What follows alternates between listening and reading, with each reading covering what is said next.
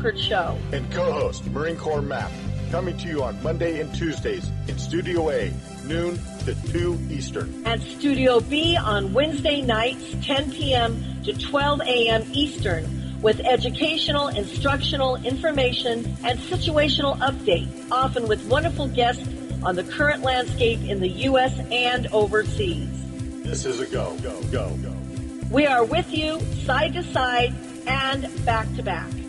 Please join us on Monday through Wednesdays, as well as other hosts and guests here on Revolution Radio. We're not gonna take it anymore. That's right, we're not gonna take it anymore. We said we're not gonna take it anymore. That's right, we're not gonna take it anymore. I'm Reverend Medium Tracy Lockwood, and I'd like to invite you to join me as I discuss life from a medium's perspective.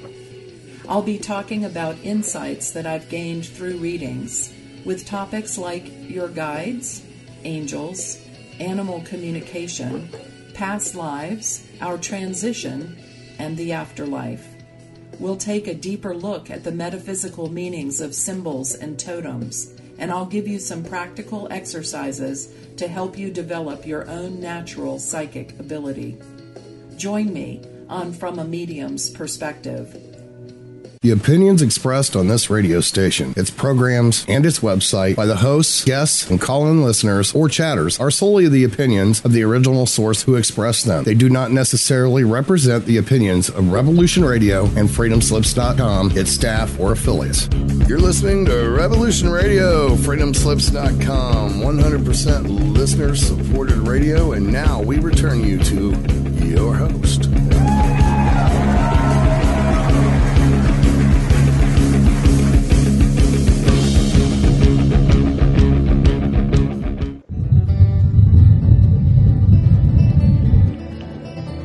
Well, it's time to stumble down the road with host Bridgette Lynn Dolgoff and co-host Jannie Vaught as they carry stones, dig holes, and wield their shovels along the way. On Revolution Radio at freedomslips.com. This is not a seated event. As they talk, run, stumble, carry, dig, drag, laugh, fight, sing and pray, dance and kick and scream, and oftentimes fall. Hey, is that a stone or a buffalo chip? Now, here are your hosts for the next 2 hours on carrying stones and digging holes. But I won't be there. The hell I won't.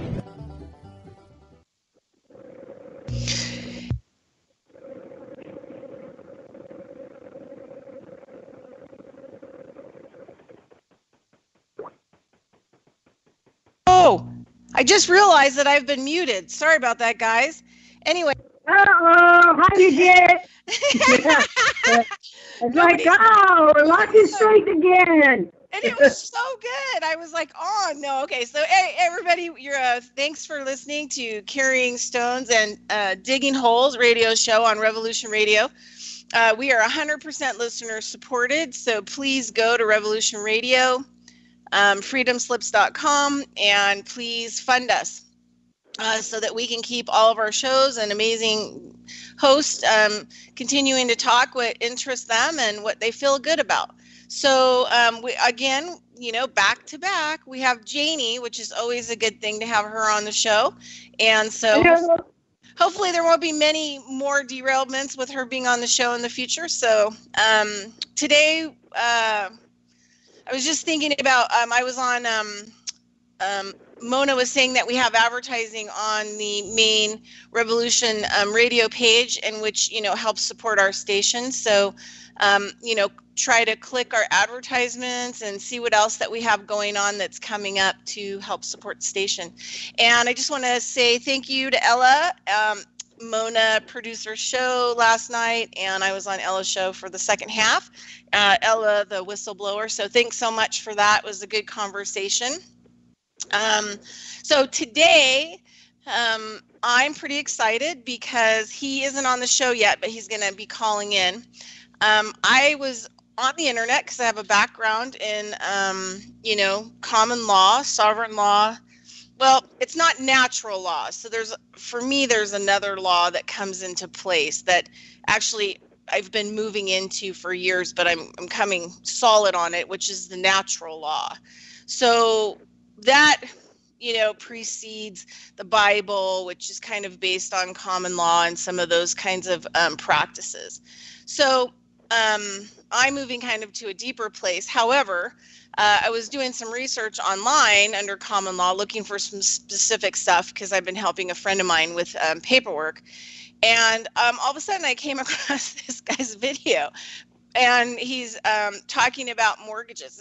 And he's a guy who woke up and all kinds of things started happening to, and his focus became, understanding the law around mortgages and certain types of banking. So when I saw his videos from 2015, Ken Dost, I was just really blown away because he reminded me of myself. He was like super intense and super passionate. And you could feel like, he woke up and he was understanding all this and he was trying to put it together for other people in a really passionate way. So hopefully when he calls in, we'll get him on and we'll get some background and we'll get to talk to him for 2 hours just about, and here he comes. Hold on. Hi, Ken. Can you hear me? It's Bridgette. Hi, Ken. Hey, how you doing? Good. Hey, I was just kind of giving a little blurb about you and how I came about you, and then anyway, so then I wondered if Ken was on Facebook. So I went onto Facebook and found him, and just really, really liked him. So got him on the show. So hey, Great. Ken. So how you doing today? Great. Good. What I wanted to do for people, and my co-host Janie's here. Hey, Janie, do you want to say Hi, hey? Ken. Nice to meet you. Nice to meet you as well. How are you doing? I'm good. Good. Very good. So anyway, so I shot her some of the videos so she could kind of catch up to speed, so that we could have a pretty good conversation. And Ken, I was just kind of discussing to our listeners that I have a background in common law. I've used it for a while. Okay. Or sovereign law, or whatever you want to call it. But it's also based, on something, right, that we can use to understand what the system's doing. However, we've had a conversation on Facebook that there's a law behind that, which is the natural law that rules. Right, everything. exactly. Natural law and divine law. Yeah, exactly. So common law is kind of based on biblical stuff. So natural law kind of precedes that. So Right. I just want people to understand that kind of a thing. But we're going to be talking about common law, the three-dimensional part of the existence of law with Ken today. And so, Ken, what I wanted to do is I wanted you to just tell our listeners what happened to you, because something obviously happened to you in order for you to wake up and understand your mortgage was a little way over, what your understanding was, and how you proceeded to become knowledgeable and started helping people. So give us a little bit of a history. Well, it actually goes back to about 2001. That's 17 years this has been going on.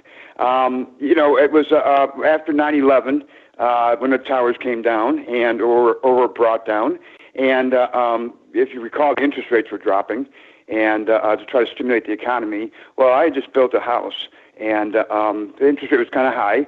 I built a house, developed a house. Life was great. Life was grand. Everything was wonderful and perfect, right? And so it was a regular refinancing with U.S. Bank, and it was kind of a solicitation. But it was more of a solicitation. It was come on, you got to refinance. We'll refinance you. We'll get you in a lower interest rate. That hard sell. So we did, and it went haywire on us. I mean, completely haywire. And so it's just very, very long. It's got details to it that are just. It goes on forever, and it's real complicated, it's real complex, and people at the time said, wait a second, banks don't do things like that. And I said, excuse me? What do you mean banks don't do things like that? Banks screw up your people's credit all the time, and that's kind of what happened. And so all of a sudden, our credit's totally destroyed. all of a sudden prices start going up for us, car payments, or leasing. We weren't able to lease any more cars. I mean, everything just went to haywire because of this one thing that the U.S. Bank did. And I looked around and I thought, wait a second here. I went to the Attorney General. They turned their back on us. Everybody I went to turned their back on us. It's like, wait a second, something's wrong here. If I make a mistake, I'm responsible for my own mistakes, right? And whether it's reaping the rewards or paying the consequences. But when somebody else does it, there better be a remedy somewhere for doing this, and there wasn't.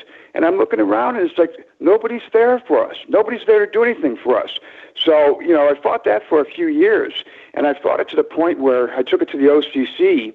And this is what everything stems to, is the OCC. In 2001, the OCC, if you recall, the deregulation, remember that? What they did was they basically wiped the slate clean of all laws and rolled us back to 1861 National Banking Act, and and they gave all our freedoms to the bankers. And not only that, but they gave them the keys to all the protections as well. Not only that, they let them inside a room and stood guard at the door while they were able to do their little tinkering. So that's kind of how I got into this thing. And that was in 2001, and that dragged on to 2005. U.S. Bank. I got to the point where I got up the backside of one of the executives, one of the presidents of the U.S. Bank, the Consumer Finance Division, and because I wouldn't let it go. I was not going to let this thing go. It's not because when you're wronged, you want a remedy, right? And there wasn't one, and it kind of ticked me off a little bit because I wanted one. There had to be one, and there wasn't. So I got up his butt, and he got after mine as well, and caused all kinds of problems. Literally, kind of almost threats. Really, they were threats. Where we almost lost the house. So we had to refinance in 2005, and that was with Own It, which is something I didn't want to do, didn't want a part of it, but had no choice. Had to. And then, of course, the economy collapsed. So then, as all this has taken place, and I was in architecture for 25 years, and the collapse of the economy sort of killed that off. Well, it definitely killed it off. And so I had done a patent application a couple years prior to that. And one day, it was about 2009, 2010, I came across, and that was actually about 2008, I came across the words, to inure to the benefit. I thought, wait a second here. I've seen those words before. Where have I seen those words before? And it said it had something to do with Own It and their bankruptcy. And it suddenly occurred to me that it was in patents. So then I went to the patents, and I found all of a sudden I've got 3,000 Bank of America patents staring me in the face, a couple hundred J.P. Morgan Chase patents staring me in the face. And I'm thinking, okay, wait a second here. What is going on here? What's taking place here? And that's kind of what got me into this. It really started because somebody had wronged me, and I had no remedy. And I got to the point where it was just so frustrating. It's like, wait a second, something has to be done here. And that's what got me into this. And here I am, 17 years later? Wow. Wow. That is incredible. So do you want to talk a little bit more what the about the patent situation and what that means and what it means to people who may have loans on mortgages on their home? Well, the patents are everything. I call a patent the mother of invention, and it really is. I mean, everything that we do, everything that you put in your hand, everything that everything from a plastic tube to a toothbrush to a bottle cap, it all derives on patents. At some point in time, it was a patent, and so everything comes out of patents. And we think of patents as like the light bulb or Alexander Graham Bell's telephone. And so we think of it as these tangible goods or these tangible products that are good for mankind, right? And by and large, there's been a lot of great inventions. I mean, obviously, to advance us. But in 1998, the court, there was a case called State Street versus Signature Financial Group. And the court ruled, and this was about a patent. It was about a automated business method. And what the patent was an algorithmic program that would seek out and search and find every single tax loophole that could be found, and to take advantage of those loopholes. And so it went to court, and originally it got turned down, and then it got back on appeal, and the court deemed in their ultimate wisdom, or I'd like to think ultimate payoff, that the results that this algorithmic program put into a broker's hand, that he can go and take to his investors and give them investment advice, was a concrete and tangible result. Now, that's one of the requirements. That is the fundamental requirement for a patent. It has to have a concrete and tangible result. And I don't know how the heck anybody can reason that a computer program that could put some answers in your hand is a concrete and tangible result. But they ruled that that's what it was. So what these patents do then, and what it did at this point in time, it opened up the door for all these automated business methods to be introduced. And so the effect of that is on our everyday lives is phenomenal. I mean, the fact that we're talking here on this telephone, I'm on a wireless phone, you're on if you're on Skype or whatever you're on, it's technology. So these are all things that are patented. And so everything became patented. Everything, the whole system that was in place, the whole idea of a ordinary course system. Ordinary course being what we've been used to for decades and decades. You know, what our parents, how they bought their house, and you put down money on it, you save for it, you put down 20%, and you get, it goes to an instrument that's recorded with the county, and if that loan is sold, then it has to have a chain of title and a bill of sale and endorsements, and yada yada yada. So that's what we're under the impression is taking place here, and that's what they've sold us on. But the fact of the matter is what they've done is they've scrapped that entire system, and this was between like 1998 to 2002 when they would put this new system in place. And what that does is it laid in a whole new system of artificial intelligence, what they call rules-based and case-based reasoning. So it's based on a set of built-in rules. So in other words, if Tom doesn't make his car payment this month, and Tom is in this profession, and Tom works this many hours per week, and Tom has all these conditions that are built in place, all these rules that are built in place, and then this artificial intelligence will come on top of it and make a decision as to what's the future going to hold for Tom? Is Tom going to default, or is Tom not going to default? So this is the kind of system that we have in place, and it's all patented. And the problem with it is that it's run by attorneys. It's engineered by attorneys who happen to be what? Foreign agents for the British Accredited Registry. And so what we have is a system that's put in place, that's patented, that has been designed and engineered by banks, by patent law firms, and represented by law firms. And so what they've done with these patents is they've been able to lay a system in that is commingled with government and with banking, with investment, with credit, with insurance, with all these aspects is just laid on top of one another. And what happens is the attorneys are able to go in and come out and exit in and out of the system and manipulate it to their needs. And we see it all the time. They're doing it constantly. They're hardwired into the court system. So any idea of us getting any kind of justice is impossible. You can't get it because everything is an automated process that is a certificate that opens up the door for other actions, and we're not in that system. We're excluded from that system. This is a system that's exclusive to government, to banking, and the attorneys that run this system. So patents have affected our lives in much more than mortgages. I mean, it affects us in every single way, and it's hurting people, and it's getting a lot of people very wealthy, as you know, and it's totally corrupted government. At the state and county levels, you have years ago, about 20 years ago, courts castigated secret liens. They didn't like them, and they ruled against them. They hated them. Well, the bankers and the bar and the attorneys thought, well, how do we remedy that? What do we do about this? How do we get around this? So what they did is they just basically created a system that puts judges and state and county officials in the revenue stream. So, and they call it annuities, or they call it an award, a pension award. So that has created an atmosphere of this martial law that's taking place. So all these things that are in place, they're all patents.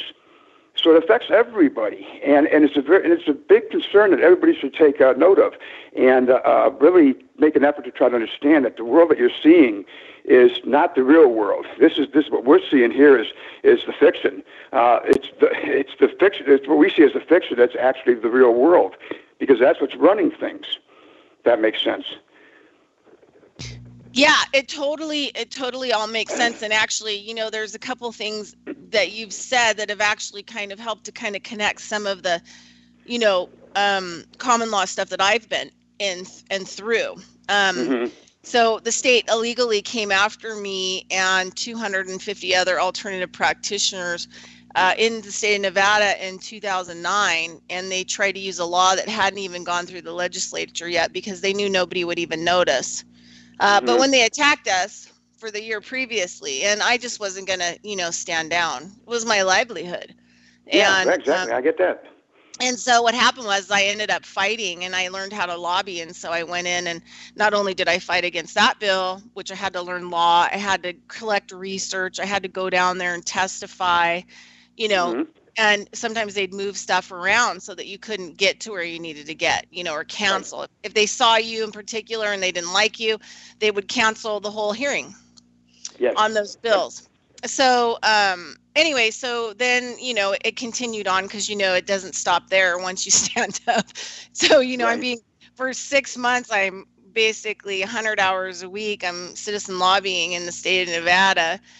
You know, I have to go into hiding and basically live on a couch because they're sending all kinds of law enforcement to sit out in front of the places that I'm living.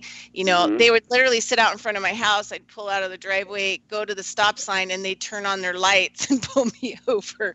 Well, have you ever heard of competitive bids? No. That's what they're doing. What they're doing to you is what they call competitive bids. And what it is, it's these bids. It's a DOD thing, a Department of Defense that's kind of integrated into our civil system, you know, martial law.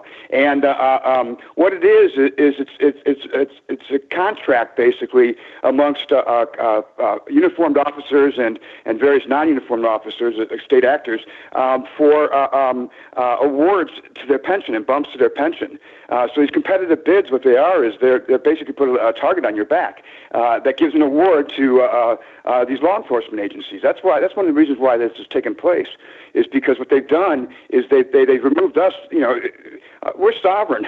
I mean, the United States is legitimized sovereign because of the fact that we've given government. We put our faith in government to protect us and to protect and serve and abide by their oaths. And, of course, they violated that. And so what's happened now is you've got a system that is awarding uniformed officers and government employees to target and take out, essentially, those that are not. And that's what's happening.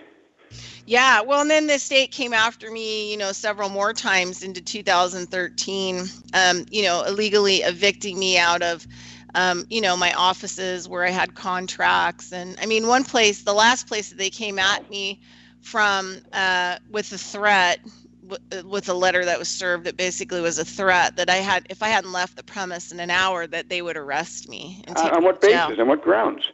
Well, they didn't have anything, but they thought that they do. You know, they thought that they can use, they tried to use in that instance, they tried to use the chiropractic board against me.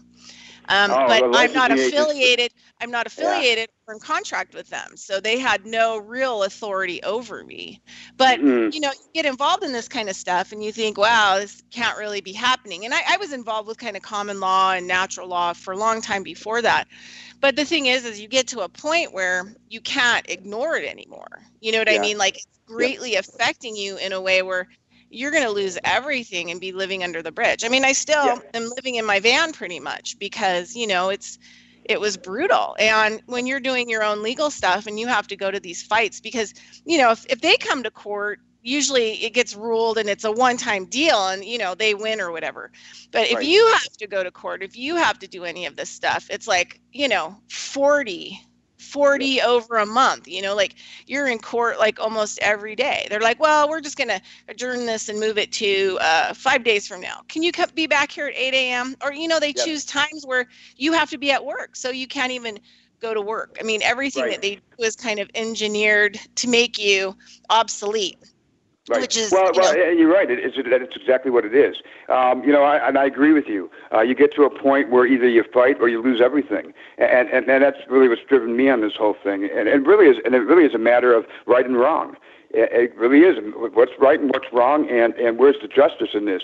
And the system is, and I empathize with you completely. But what I'm finding is that, well, as you probably well know, the court system is an insurmountable feat. They're either going to pull continuances like I did with you until you finally drop it, or they're going to motion practice you to death to get you out, or they're going to just keep on going and drag it out forever and make you pay for it until you run out of money. So the court system, there is no justice in the court system. You know that. So what do we do then? and that's what I'm finding out. I'm finding out that we don't really have to go to the court. We shouldn't have to go to the court. The one thing that really woke me up, well, I've had a lot of aha moments, so to speak. But the one thing that really kind of aggravated me and still aggravates me, and should aggravate everybody, and should kind of get everybody's interest to understand why this is in trademark agreements. These are security agreements, contracts that are underneath trademark goods. And in nearly every single one of them, and everyone's got one. The banks have them, the government has them, insurance companies, loan originators, mortgage companies, et cetera, et cetera, et cetera. Because everything is based on trademark goods, a marketable product. Well, within these agreements, and there was one in particular, I think it was First American Title or Lawyer's Title, if I'm not mistaken, one of those two. I mean, they said it straight up, quote, unquote, that we exist that the people exist as objects, and we exist for the pleasures and profits of legal representatives and their subsidiaries and affiliates. No kidding. It said this, quote, unquote. And when I saw that, I thought, wait a second here. That's it. This is done with. This is done with. There's no reason to even go into the courtroom because they're telling you right here that you exist as an object for them. And so anytime we do fight them in court, this is pleasure for them. It's fun and games for them. And it is. And all these systems, you got all these docket systems, all these inner workings of the court system, and the interaction with the county and the city and the state. They're all hardwired these attorneys are all hardwired into the judges' chambers. I mean, so it's a system that you and I are outside. We can't win in that system. Period. There's no way we can win in it. Can't do it. I know that's the thing is why a really good friend of mine, took me under his wing, and he's been doing basically common law and stuff for a long time. He's an ex-common law judge, and he also was a common law court U.S. Marshal for a while back, years and years ago. Mm-hmm. Anyway, but the only way that you can do it is to actually start to learn law yourself. And so one of the things that I try to explain to people, because I've been in and out kind of the medical field, whatever else, but I'm very alternative, traditional osteopath. So I cover a lot of different things. I cover the structure, the tissues, the organs, the brain, how everything works together, digestive, lymphatic, all these different parts of the body. And I help the people get out of immune system disease mostly, and pain, physical pain. So this is where people lose it in the public, is that the language has been used against them. And I know this is the same as in what you're talking about, and I'll let you talk about that end of yours so people have kind of a basis understanding. But in medical, I always tell people, if you went to, a doctor, they would say you have a slipped or a herniated disc. If you went to a chiropractor, they would tell you you had a subluxation. If you went to a massage therapist, they're probably going to say, oh, look, you have a compression. So the thing is that it's all the same thing. Yeah. But because the language changes based on the medical hierarchy, the massage person being the lowest, so just based on the language of the hierarchy of how much money you paid for your certification doesn't mean that you're good. It doesn't mean you should be, a person to work on other people or help them medically. But because they changed the language, it gives different branches of the medical system certain kinds of authority. And the problem is it confuses the public. Yes. Because by the time the person gets a referral to go to a massage therapist after they've been to a chiropractor, and the chiropractor says something totally different than the doctor does, they're saying the same thing. They're just using different words to describe it, to talk about it. But it's the same exact thing. When they get to a massage therapist, and then they want to give up because they feel everybody's diagnosing them with something else. They don't realize it's the same thing across the board. So do you want to talk? It's all paid by insurance, right? It's all billable to insurance too. So it's just, she ran the gamut to pay the insurance companies. Well, but the massage therapists very rarely ever get paid. And if they do get paid from insurance companies or whatever else, usually they'll send them a letter saying they're only going to pay 25% of what they're owed. And they'll have to collect the rest, from their clients. So, but if you're a doctor, it's 100% paid because you're using the words that gets 100% paid, right? You got the certifications, the higher certifications. You got them on your wall. Yeah, I get it. Yeah. That you're submitting to the insurance company says, herniated disc, slip disc, that's 100% covered. And they have an MD. Okay, we'll just pass that through. Chiropractor, same thing. They're on a different kind of insurance. They go, subluxation. Okay, they get they get 60% pay, or up to 10 or 100% up to 10 visits. So they have all these different scams going on within the insurance companies, and based on the language that you're presenting as the practitioner, and that's how much you get paid. That's kind of where they see you in the, what do they call it? Where you're different kinds of hierarchy. Yeah, the hierarchy.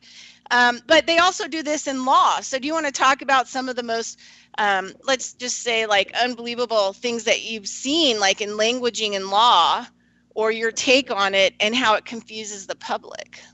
Well, the one that is most important, I think, is that, and the most important one to understand is the word person and what a person is. And I know you know it. I'm sure you in Commonwealth, you know exactly what I'm talking about. A person is many things. A person it can be a corporation, could be a partnership, could be an individual, could be an entity, could be all kinds of things, right? And so the language it greatly confuses people as to what a person is. And I noticed when I first came on board with all of this. Now, mind you, before all this happened, back in 2001, I was not an activist. I didn't give a crap about any of this stuff, really. I was like everybody, like there's people out there. I was just living my life. So I didn't have any of this. I didn't have any kind of background coming into this. So when all this happened to me, I kind of came in as a virgin to some degree because I didn't have any background in it. So I think it was a good thing because it allowed me to kind of learn for myself without being, without any kind of bias being introduced, right?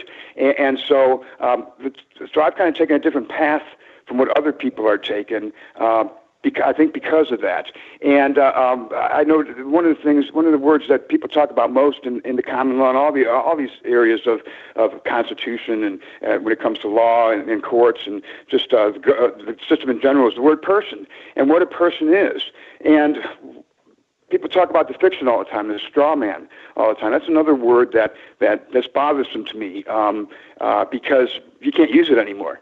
You use it now and you're labeled as a terrorist or one of those sovereign people, right? And so you got to be careful about what language we use. But what I'm seeing here is, wait a second, a person. If a person is a fiction, then it actually is a person, a really fiction. It is a person, because that person is a corporation, does that make them a fiction? Well, yeah, it kind of does, but it really doesn't, though, because that corporation or that partnership or that named person or that named entity has value, and it's also, when people say, that person has nothing to do with me, that's their person. That's not me, that's them. Well, it's not really them. It really is you, because what they've done, and this is the crux of everything that's going on. What they've done, if you get your public personality. Kenneth W. Dost is my public personality. right? And so they're taking those words, and what we've done all these years is we just put our signature below it, and that was it. We didn't think much of it. But what we didn't recognize was that person, that named person is an entity. It's an entity of value. It's a corporation. It's all these things that we complain about as the fiction. But it's and it is, but it isn't, because what they've done is they've taken that all caps name, that person, and they've taken that with our signature, and they've taken it into the private. So they've taken it into their insurance companies. They've taken it into their doctor's offices. They've taken it into their banks. They've taken it into all these other sub-corporations and corporations, and have left us thinking, well, what's a person now? What is a person? Is it an individual? So now all of a sudden you got this idea of I'm the living man. Well, we want to castigate and throw aside all persons. And rightfully, we can't do that, because that's what's harming us in all of this, is the use of language and how the definition of terms. Now, I've spent quite a amount of time in the USC and the CFRs, and I find that language can vary greatly, just from one subsection to one subsection. The definition of person can change. All these things are paramount to what we're talking about here in language and how it confuses people. And same thing with instruments, negotiable instruments, bills of lading, bills of exchange. And you know what I found out? They're all the same. It's all the same damn thing. It's just a different way of expressing it, but it's all the same damn thing. Like a person. Okay, well, if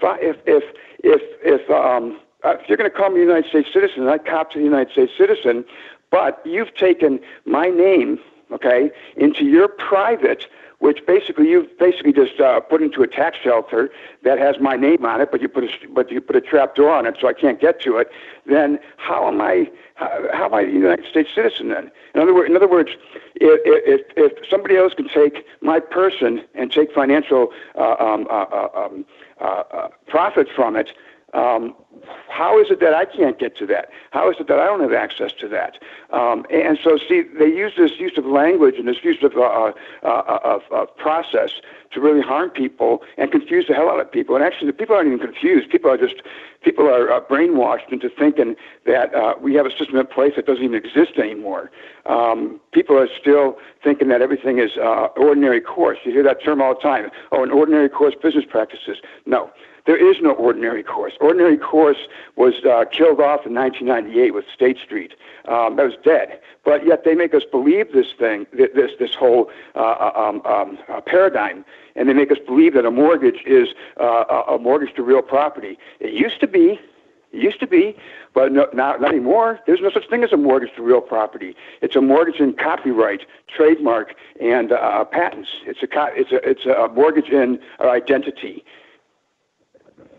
Yeah. So, you Can I speak? Yeah. No. Hey, Ken. We're gonna let Jannie speak, and because she's gonna have a lot to say, and then you can, comment on what she has to say. All right. And I will mute. Okay. It's way out of my depth, honestly, but I have walked down. Sorry about that. Yeah, no, it's all good, and I'm taking it all in. But what I am getting, having walked as a data being and gone through all my training, is that the taking away of someone's name, it's like burning their blankets.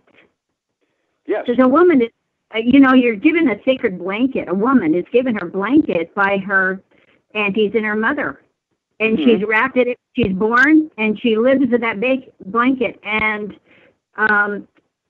she actually has her children wrapped in that blanket. The Native American blanket with all the patterns and the messages, just like the wampum belts, right, was all very, very important. It was their identity. It was their law. That was who they knew who they were. And the first thing that happened when the colonists came in the military, they took away their blankets and they gave them infected military wool blankets to kill them. What's the difference?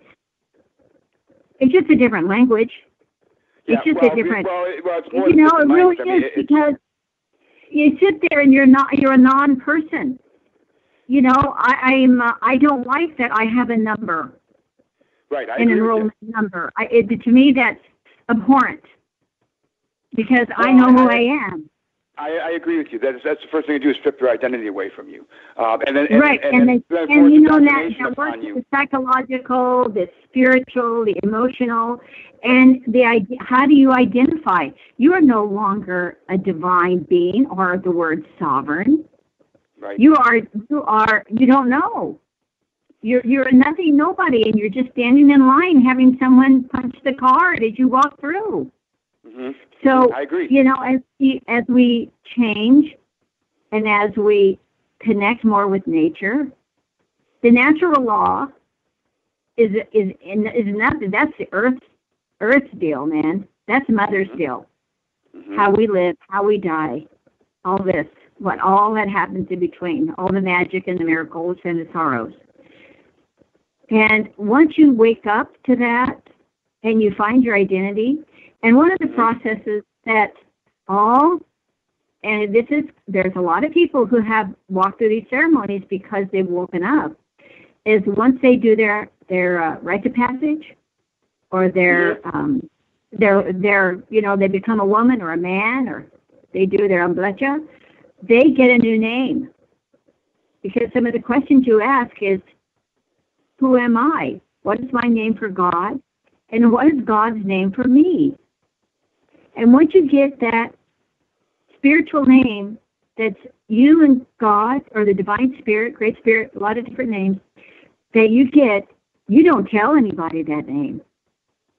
You write it on your heart. That becomes you.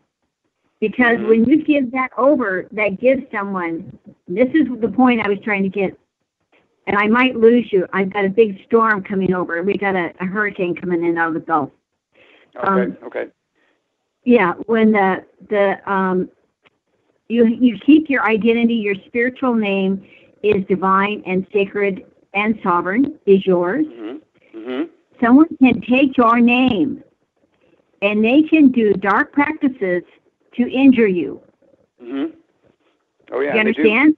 That's to me what I'm hearing you talk about, although what I'm saying is rather natural and simplistic maybe, but they really have taken your sacredness, your name, and they've done dark magic to you. They've made you a no one. They've taken your identity, they've taken your money, they've taken your feeling good about yourself, your strength. They will drain you until you're nothing but a husk. Yeah, well, they take a big part of your public personality or your personality and taken it from you and have used it against you. Yeah, and that's when we do our ceremonial times, and we take it very serious, and it lasts our whole life, and we take our children through it, and then they're allowed to walk with it daily or to not. That's their journey. It's not mine to hammer my children. But all my children went through their rites of passage. And there was a change when that happened. There was a strength in their spirit. There's something that happens to the depth of that person. And it doesn't matter what journey you're walking, what church you belong to. I agree with you. When you wake up and you realize what's going on, you're absolutely right. It is all about the spiritual you. It is all about finding you and identifying who you are. And when you see that and you understand that, the world becomes a different place. You see things totally differently. So I totally agree with you. Yes, totally and we battle on different battlegrounds.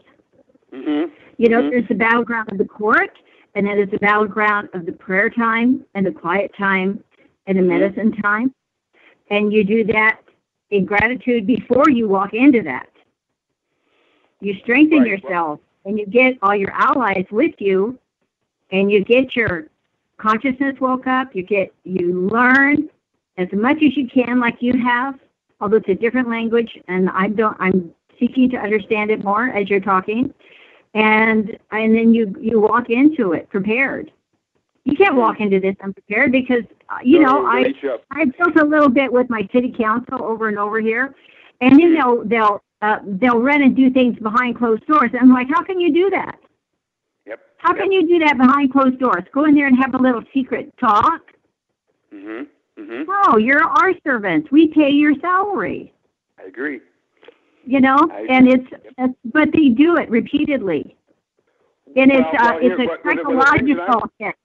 Now, the things that I'm finding out is we can get around that because we can get around the court system, and by doing exactly what you were talking about as far as finding yourself, we can get around these things now, and it is because of patents, and it is because of these fixed systems, and it is also to recapture your identity back. And acquire it back. So I agree with everything you're talking about. The one thing that I find that I can't agree with anymore is even thinking about walking into a courtroom, and not even thinking about it because from my studies and my research, it's a hopeless task. It's a waste. It's an energy that you're wasting where we could direct it elsewhere and be more effective. And exposing these things and getting justice, because there's just no way to get that justice. As you said, they go back behind their closed doors. They have their private meetings where they're filing continuances, or you still have somebody show up at your door, a police officer and a guy in a white jacket, because some attorney filed a mentally incompetent claim against you. These are the things that are going on, as you well know. And it's all because of the system, how corrupt it is, and the court system, and going at them head on just isn't working. Exactly. Right. Well, okay, so I just want to throw something in here to kind of bridge something. Okay, so Jannie comes from, for our listeners, and she comes from a Cherokee heritage. So the Cherokee were some of the most displaced people in the Americas, and heinous, unbelievable things happened to those people.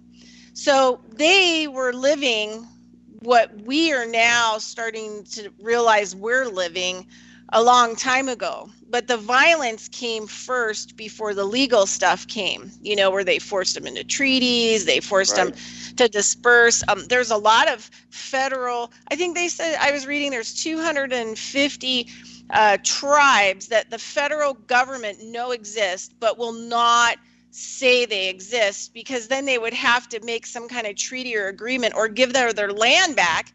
And the problem is all these people live in it in their houses on the East Coast.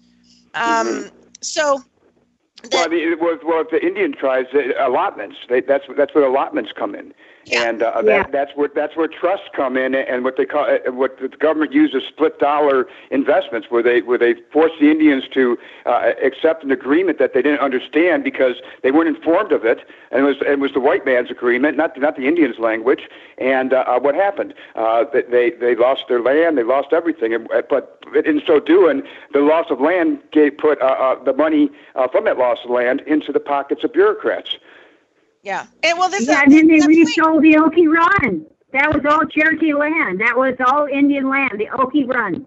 That they sold all that land in Oklahoma. Yeah, so the point I want to make is that white people now that are waking up are starting to see now the more aggressive behavior by the government and agencies that was already tried and used on the Native people. So the Native people are already aware of a lot of the stuff that's going on. And so now, like Russell Means, before he passed away, one of his last videos that he put out, he said, now Americans, the white people, get to see that we're on one big reservation now. Well, and you know why that is? That is specifically because of the OCC, and because they rolled back. They wiped off a century and a half of law and rolled us all the way back to 1861. And if you recall, that's right around the time of the Civil War. And what happened after the Civil War? There was Reconstruction. So the slaves, these freed slaves, were given all this land that was formerly their masters through Reconstruction. And what happened? The slave owners got together, and they put contracts together and talked and induced these freed slaves who couldn't read, who were illiterate, into contracts to take the property back. It's the same damn. So now here, like you're saying, now we, the white people, are being exposed to the same thing. So we're learning what was learned a long time ago by the Indians and the freed slaves. Yeah, Yes. exactly. Yeah, exactly. So, yeah,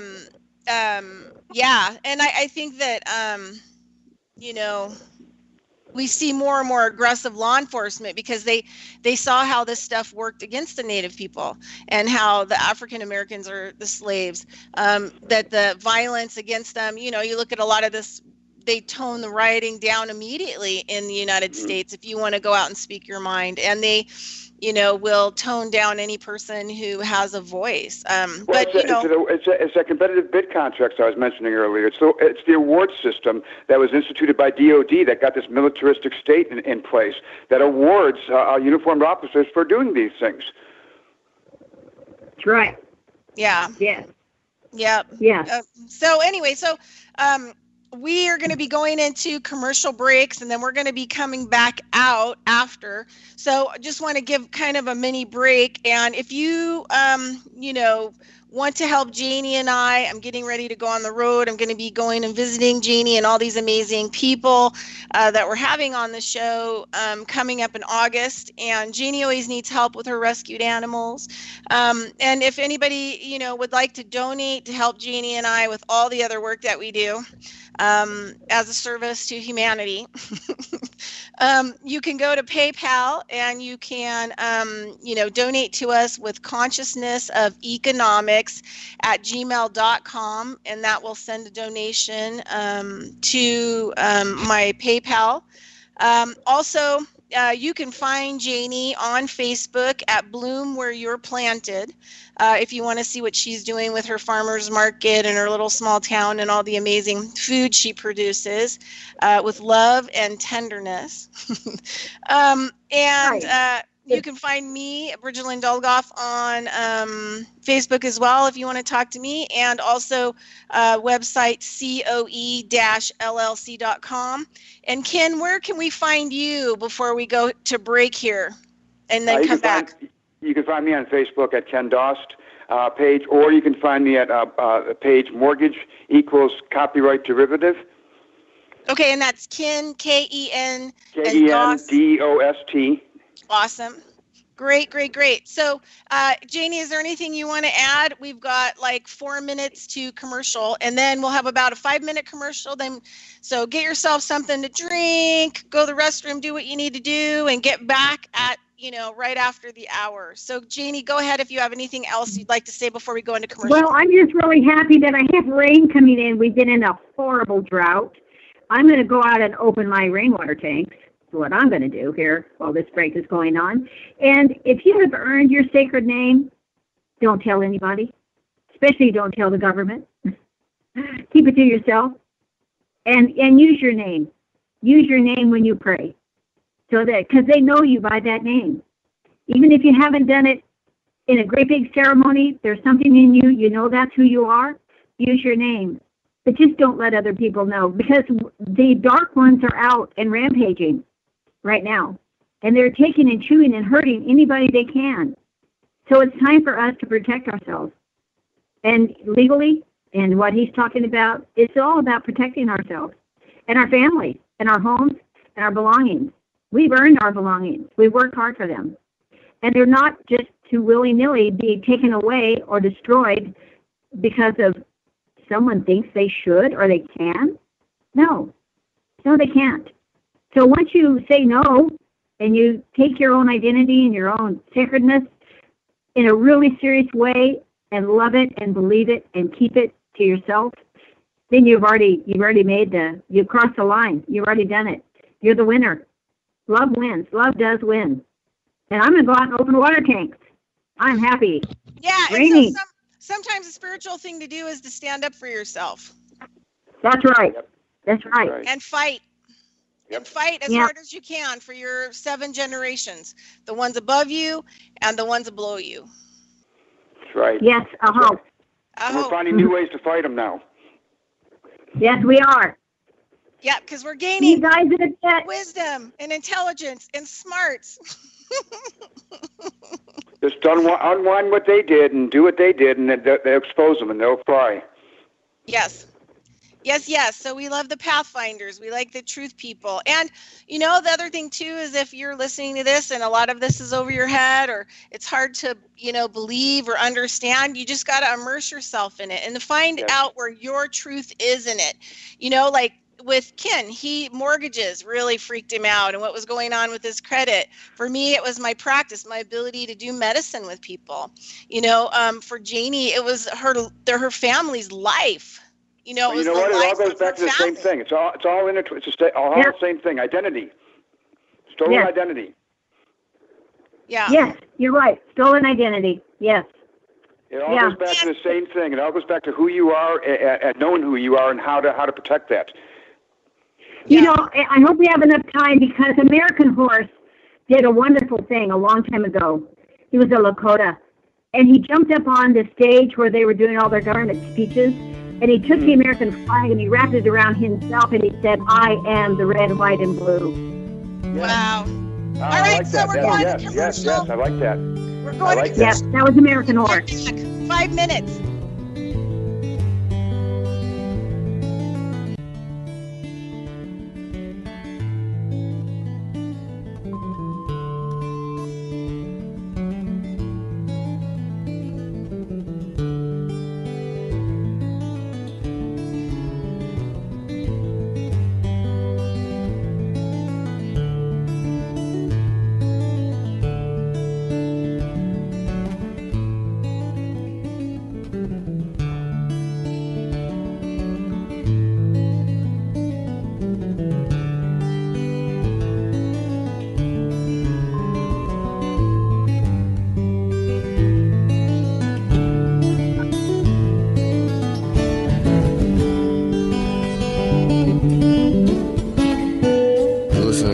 Radio at freedomslips.com, and we'll be right back after this message.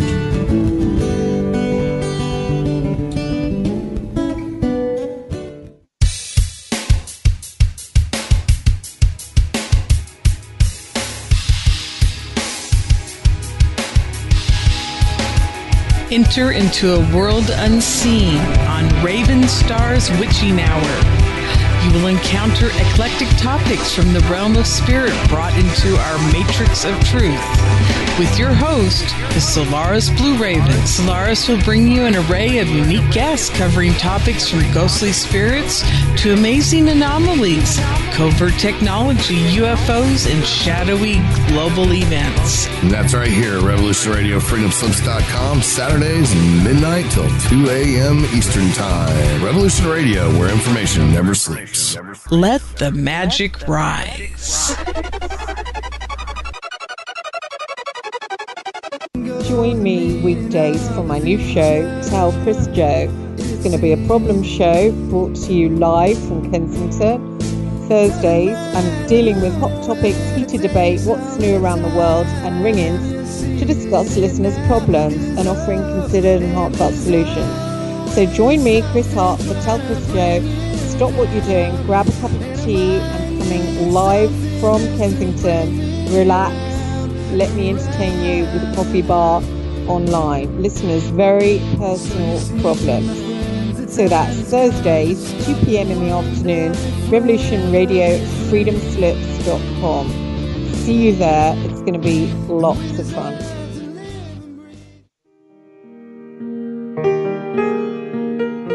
This is Barbara DeLong, host of Nightlight Radio, inviting you to join me on a cosmic journey, exploring a metaphysical montage of spiritual material, covering everything from the mundane to the magical, UFOs to unicorns, and everything in between, including spiritual readings for those who seek enlightenment. Let Nightlight provide you with equal measure of light, love and laughter, insight, wisdom, and inspiration. Monday nights, 10 to 12 p.m. Eastern, right here on Studio B, Revolution Radio at freedomslips.com.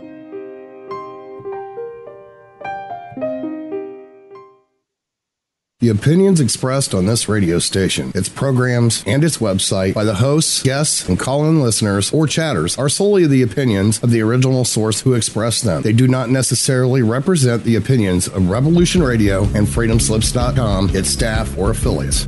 You're listening to Revolution Radio, freedomslips.com, 100% listener-supported radio, and now we return you to your host.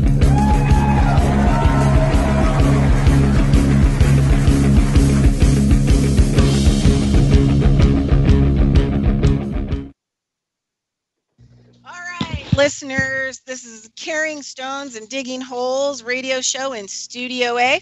If you'd like to go find some more information about our show, about Jannie and I, we've got some blurbs up on Revolution Radio, freedomslips.com. Under Schedule Studio A, you'll be able to find our little bee flying near a flower with loads of pollen on his legs. That's our show picture.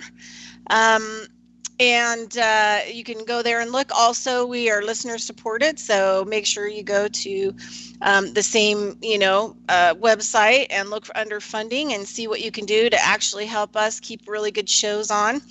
And I was just thinking about on the break how amazing, I've done a lot of shows in the past. I've done radio shows, and I've had my own shows, and I've had online TV shows, and I never really had the freedom to be able on the past work that I've done. It's always been kind of controlled and guidelines, even though it was under truth. But I always had to have guests. There was always things that were expected of me. And I have to say, Revolution Radio is awesome because I can do what I creatively feel like I can do. And so, having Jannie as a co-host, and her being able to bring insight, because her and I really worked together, before we decided to do this, and being able to create a name and have the guests that we want to have.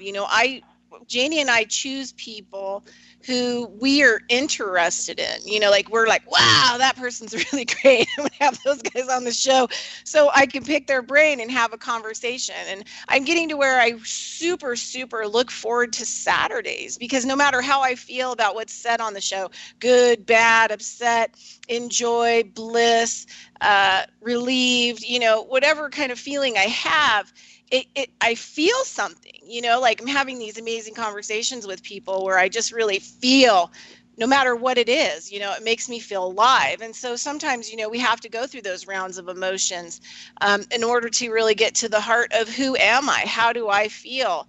Stuff that makes us feel, so we can kind of get out of the whole zombie, I call it the human public, feedlots that they have us locked up in. I just want to say thank you to my guest, Ken, and, my guests that have been on before. And I really want to thank Jannie for, participating with me on this show so that we can just dive into, what we think is important and what their interests, and bring up information so the public kind of really understands from a lot of different perspectives what's really going on. So, yeah, Freedom Slips, Revolution Radio offers us a broad audience without a control mechanism. Yeah. It's wonderful because a lot of these other shows have an agenda. Even though they might not be speaking it out loud, there's an agenda of who you can talk to, what's being said, and yes, there are parameters within what we're doing right now, and with respect, but we offer our guests a broad audience, a platform to get up and to speak without being impaired, without having these restrictions. And it's wonderful.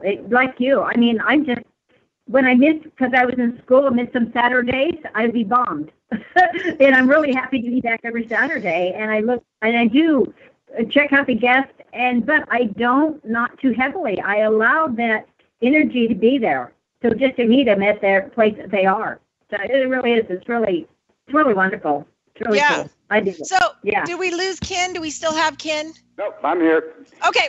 So can we launch into a couple things I was thinking about on the break, about information that we already went over, And so, but I don't think we were clear about what was going on with the patents and the mortgages. Yeah.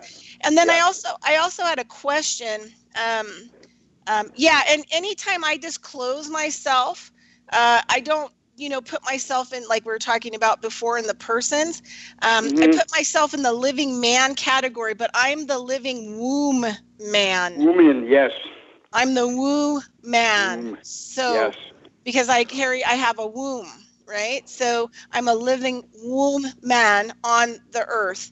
And then a guy would be a living man. But this is how we talk about ourselves in terms within the system, so that they understand that we're not a person, we're not a corporation, we're not anything, we're not a monster. The legal term, I think, is the definition says you're born to a human mother, but you're not human. So this is how they, register our birth document, and they register us lost at sea. And so the term for us after that, because now we're zombie mutants, we now have a trustee called the U.S. government that, takes care of all of our stuff because we no longer exist. They take our existence away. So when we go in to talk to people, or we go into a court or we talk to somebody, I'm a living woman. Ken would be a living man. So this is how you have to describe yourself to return yourself back to the earth, to return yourself back to the land with the natural law, with the natural, divine law, if you want to call it that. So I was going to ask you one question before you go into the patents and the mortgages, because you're probably going to have to start with that.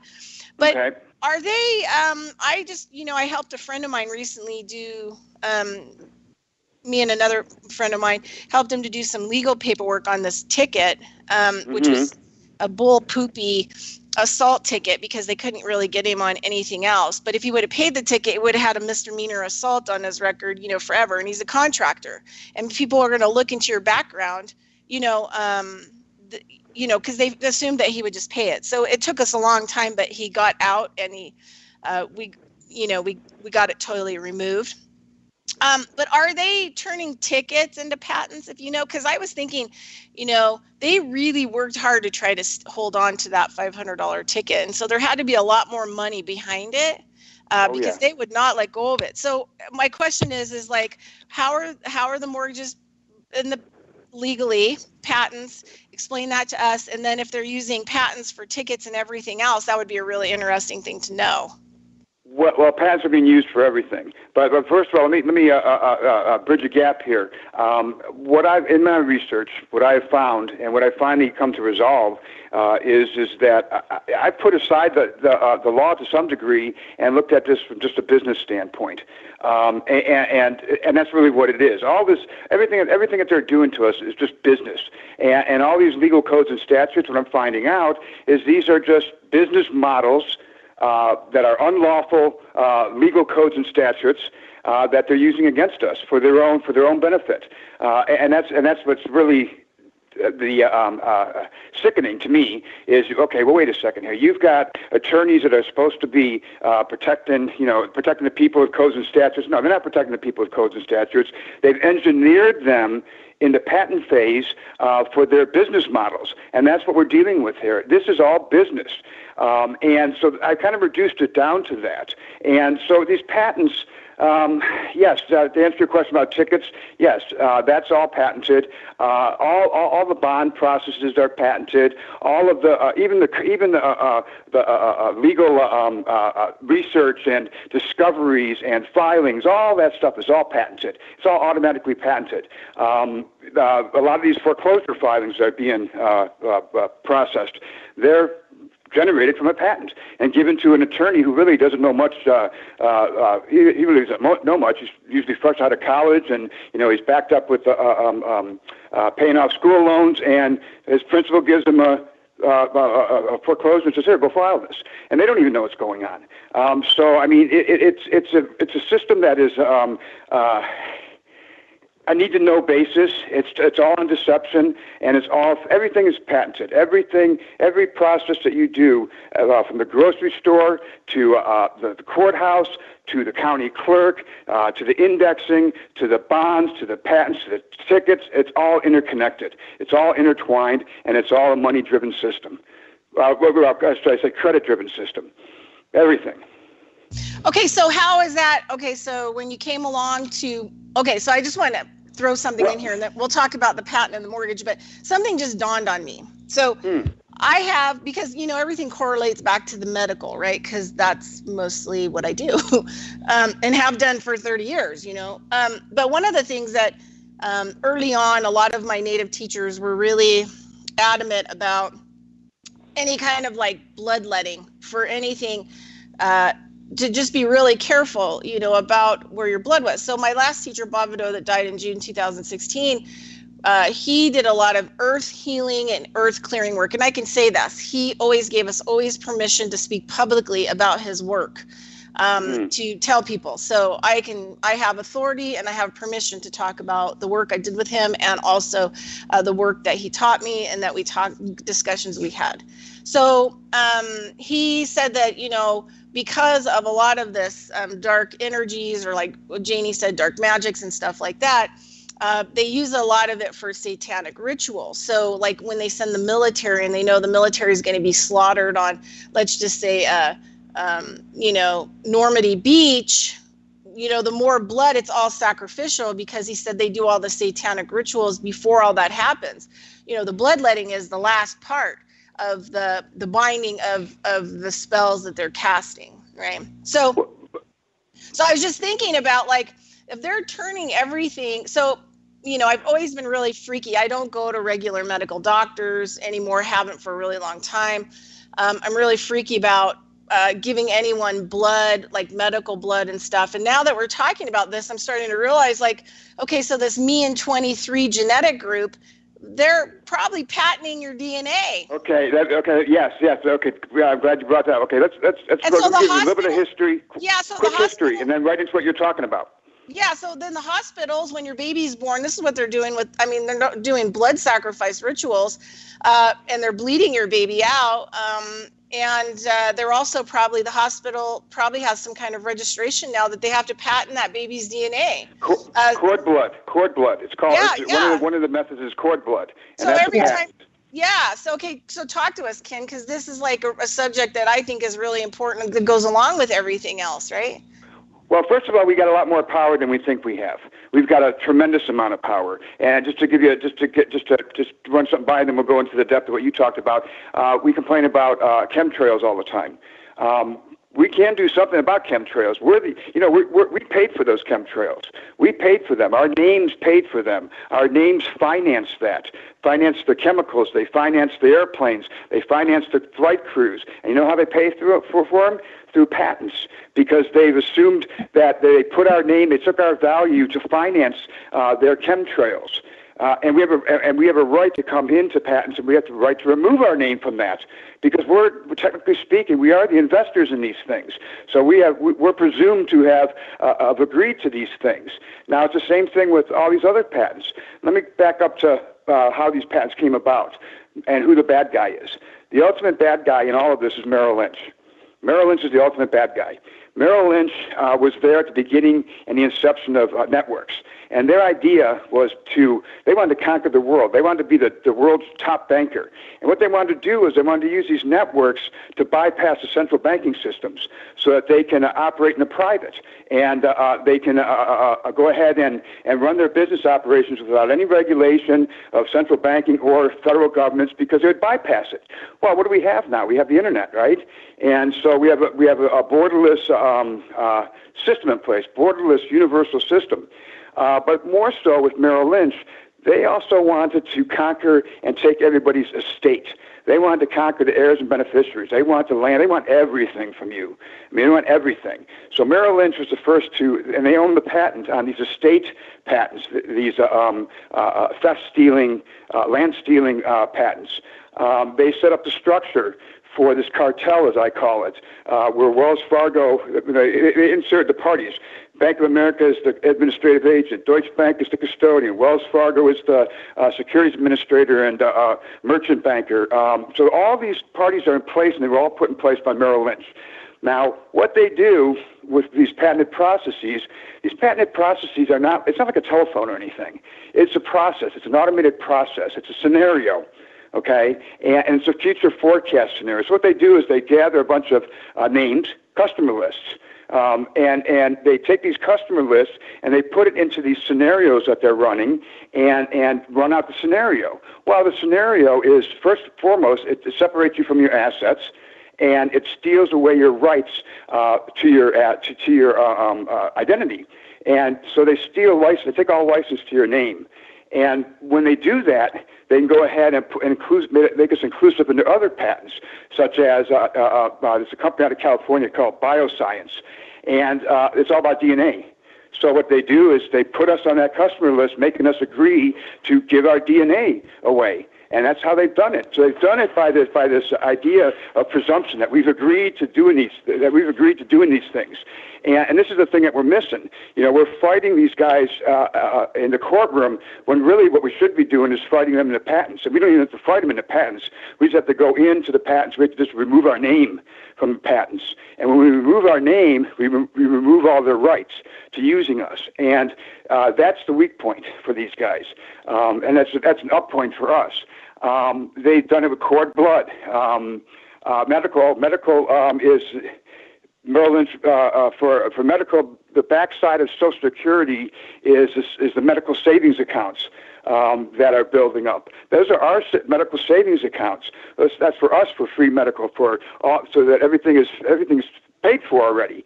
But because you've got attorneys, you got greed involved, you got payouts involved, and government involved, and bureaucrats involved, and just evil involved, they've captured that and they've spread it amongst themselves, and they've made it so that we can't get near it. They've made it so that we look to the courts to try to fight these things, and they're laughing at us all the way. They're laughing at us because they've got it engineered to where we can never win in the court system. And these are all by patented processes. You'd be amazed what a simple contrivance, which is just a made-up scenario, and they're ridiculous. It's gotten to the point where they will take a person on a customer list, create a note on that person, separate that person from his assets, give a value to that, take license to his name, split it in 5 different bond type instruments, split it into a couple of oil and gas reserves, split it into all kinds of other investments, and they're profiting off of it. And we don't have any rights to it. Well, the problem is, and the reason why we can't fight these people is because they've cut us up into so many different pieces that if you beat one person in the courtroom, you got 5,000 other people that are standing behind them to take a crack at you. That's a big problem, obviously. Yeah. So have you removed your stuff from the patents? Have you? I've done paperwork on it, and I processed the paperwork and processing it through Trademark right now. And if it's successful, and I believe it will be successful, I will be not only will I be able to acquire all my accounts, I'll be a private, totally private. I'll be able to travel without any restrictions, and I will be outside of the system, so to speak, and I'll be protected. Now, here's the thing. I have found in the codes, and I've got an architectural background. I have 25 years in architecture, so I think that's one of the reasons why I was able to kind of weed through all these things. And I'm determined. I'm like you. I got mad because there was no justice there, and I got mad about that. So I'm determined to find the end to this. And when I go through the code, I look through it and I'm reading this, and it's like, wait a second here. All the remedy is there. I mean, all the relief is there. I found deep sections within the code where it in essence says that, yes, everything is paid for. And you mentioned earlier contractors. That's what we're considered. We're considered contractors, and we're considered a construction project. We're considered a project in the works, a work in progress. And somewhere between the birth and birth certificate and actual death, we exist. And that's the realm where they can abuse us and they can make us slaves and throw us in jail and so on and so forth, until you get to a certain point when you finally, like Jannie said, until you finally realize who you are. And then when you finally realize that, now she's taken a more spiritual path. The path I'm taking is the practical path to get to actually getting, to enforcing that, so to speak. And all these things, all these mechanisms to do this are within the code. It's incredible. I found some incredible passages and code sections, very deep inside the code, that says, you're a contractor and you're in construction. If anybody along your path has induced you into not taking what's rightfully yours, you don't even have to make a claim. All you got to do is send a bill to the agency that is holding the patents or is associated with the patents that have done you harm. Think about that. That's huge. And one of the biggest. You know what? This is the thing. This is the biggest deal with the common law movement. We have, and I've been around some of the most brilliant, here in the U.S. We even had, I didn't get to meet him in person, but we even had through our group, the Freemason from Montana, the only one that was released out of 10 that were in prison for 27 years. And they were full gung-ho, moving this paperwork together to release, all the things that they were doing to the American population. They were doing it on behalf of America, and they were shut down. They were put in prison for, this is what happened to the old school people who were doing this work. Well, they were doing like a secured party creditor and along those lines. Yeah. And the common law grand juries, and what I'm here to say to you is we don't have to do that. There's better ways to do this that are going to leave them exposed to where when you take away somebody's toys, the baby's going to cry, right? Well, when you take away the attorney's toys by taking your name back and taking everything associated with it back, you're going to leave them naked. Now, there's a lot of people. You may disagree with me on this, that think the federal government's completely corrupted and crooked. I don't believe that that's the case. I believe that there are elements in the government that are crooked. I believe that our Congress sold us out, but I don't believe that everybody in government is crooked. As a matter of fact, I think they're from what I'm finding out, my interactions with Treasury and the people I'm working with to get, within the government to get these things resolved, they're clueless. They're clueless. They haven't got a clue what's going on. And they're clueless because they've been basically, what's the word I'm looking for? Bamboozled by the bankers and slick attorneys who have managed to buy off the system and get the laws that they need so that they can engineer the system that they want to put in place. And because it is a tacit system, it kind of operates, it's invisible, right? It operates in the shadows, and these shadows is these automated processes. And so what they've done a very brilliant thing. It's actually very brilliant what they've done. They've managed to, what I call an economic coup d'etat, and that's exactly what happened. Between 1998 and 2002, the laws were put in place for them to do this. Now, we were given, mankind and womankind was given the greatest gift we could ever be given, and we don't even know what it is. And you know what it is? It's UCC 9. It's the valuing of your identity, the possession of your name. Okay, and that was the greatest gift they ever gave us. But you know what? We missed it. You know why we missed it? Was because they concealed it from us. They hid it from us. They made us believe that everything's ordinary course, everything's business as usual, and blah blah blah, this and that bull crap. And it's not. We've been lured into following a false illusion, and we have not been given the most important disclosure ever, and that's UCC 9. And they're taking that UCC 9, they're capturing it. They're capturing our identity, and now instead of like decades prior to that, there would be like one mini you in shadow paper. Now they create 1,000 mini yous, and they put you out there in all these patents in this virtual world. Now somebody could say, well, that's not me, that's them. No, it's you, and it's you because they took your signature, your handwritten signature. They took with it, so they took part of your you into their private. And what have they done? They've come back and they've defamed your character. They've arrested you. They've thrown you in jail. They fine you. And it's all because they took that damn signature with them. Well, what I'm finding out here is we can't fight them in court. It's never going to work. It's never going to win. Not yet. Not yet. There will be. There'll be 20 years of lawsuits on these matters that we're talking about here today. Mark my words, there will be. But we have to expose what they've done first so that other people actually see it. Because the people that are in government, now on state government and county government, I think they're thoroughly corrupt. I think they're entirely corrupted. But on the federal level, I don't believe they're all corrupted. I think that they're just unaware. And one of the reasons why they're unaware is because of the OCC deregulation. They basically turned their backs on us.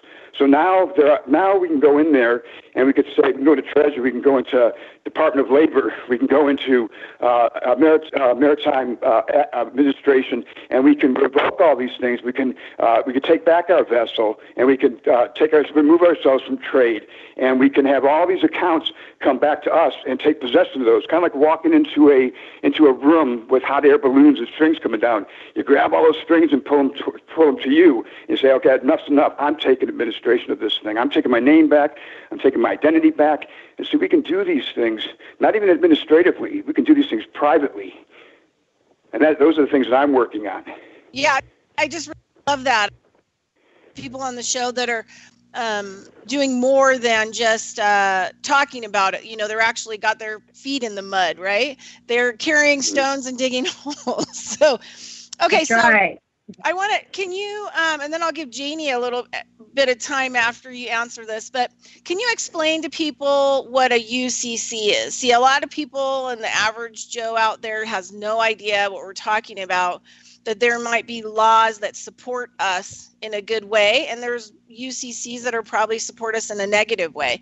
So can you explain what the UCC codes are and how they function, and maybe even where somebody could go and look up a UCC if they wanted to? Well, the UCC is the law. Actually, I mean, all law is commerce, and all commerce is the Uniform Commercial Code. And the Uniform Commercial Code is how trade and commerce functions. It's the rules for trade and commerce, which is universal at this point in time. The UCC is a worldwide code. It's modified and it regulates how instruments are created, how notes are created, the parties to those notes, and what rights persons have in those notes, and to execute these notes. And so it's this whole process of trade, of exchange, of investment, of government, of everything, and everything you do. And if you can understand the fact that everything you do is commerce. Anytime you put a signature on something, that's commerce. Anytime you get in your car, that's commerce. We're talking about the person. We're talking about the fiction and the living man or living woman. That's commerce. I mean, so everything revolves around this UCC. Now, within the UCC, you have certain rights to reserve your rights, so that you don't give up your unalienable rights, and that we haven't taken advantage of those things. We didn't know about these things. What the UCC does is it separates us from our name by giving us a corporate name, and because we didn't recognize the fact that this is a corporate name, and it's not really us, but it is us, but it's not. When we sign documents, we should be signing this as Kenneth W. Dost, agent or principal of the all caps name. We never did that. So what they're doing is they're adding the name agent and principal. So they're taking advantage of the benefits, using the UCC to their advantage. That's harmful to us.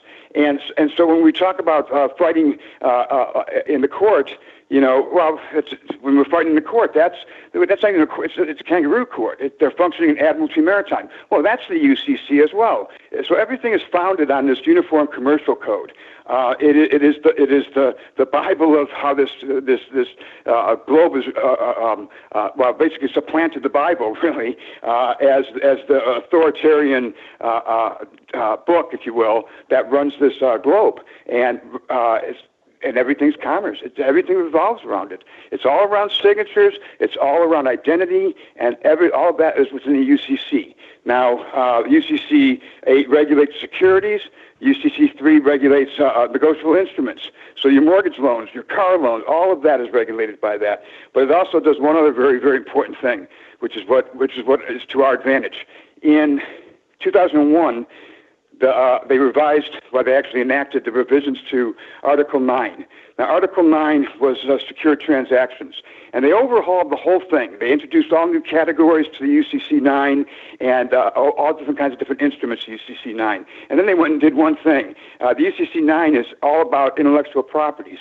It's all about patents, trademarks, and copyrights. Excuse me. What they did was they buried it within there, so they made it so people wouldn't recognize that they're talking about. They wanted people to recognize all these other instruments, new fancy fangled trading methods, so on and so forth, that they wanted to highlight. And they didn't want to highlight the fact that this is all based on a person's identity, on their common law copyright, on their trade name, and that it was all being patented. And so that for us, in freeing ourselves, if you will, that's the section that will do that for us by properly recognizing what we're dealing with here. We're not dealing with things that are tangible. We're dealing with things that are not tangible, things that are made up, things that are created, things that are contrived, and all these things that are around that, focusing on one thing, because it's the only thing that drives this thing is us. We're the only thing that puts value into this thing. If it wasn't for us, there'd be no system. So what we have to do is we have to go back in. We got to take us back, and we can do that. Yeah, no, that's why we like you. So I'm going to give Jannie a little bit of time to converse, and you guys can have a chat. And I'm just going to go on mute and wait. All right. I love a word you used, and it's called counting coup. And all of our government uses native words in the government, because the Constitution was established from a wampum belt, which is a digital language, and the wampum beads were handmade, and they were carried, and of course, again, they were taken away, but they used the constitutional. I am of the Bird clan. I'm Kudwa, and that is the lawyers of the nation. And so I love the law. I love the natural law. And to count coup, which was not a woodland thing they did, it was in plains. But, the tribes were all very involved with trade and territory. And they didn't, often there was tribal wars because somebody get into other people's territory and want to have more trade, and there was all this little scuffling and stuff going on. But to count coup was a really honorable act. You did not take a life. So if you had an opponent, you could be hiding in the grass with your coup stick. There was actually a coup stick. It was a kind of a flexible, thick stick. You could be hiding in the grass, and when the person come around, you could smack them with your coup stick. You get close enough that you make a welt. You don't break a bone and you don't draw blood. You make a welt. Or it could be someone runs up to another one on horseback and slaps the back with a coup stick. To count coup was more honorable than to take a life, because it meant that you were more clever, you were a little more, adept, and it was humiliating. It was humiliating to have someone count coup on you. Isn't that what you're doing? Well, that's interesting you talk about that. You are now counting coup. You're counting coup on the ones who've been counting coup on us. Well, it's 2 points. The coup stick, welting us and making us think that we are deserving of this horrible behavior and humiliating us and breaking us down and letting us be subservient.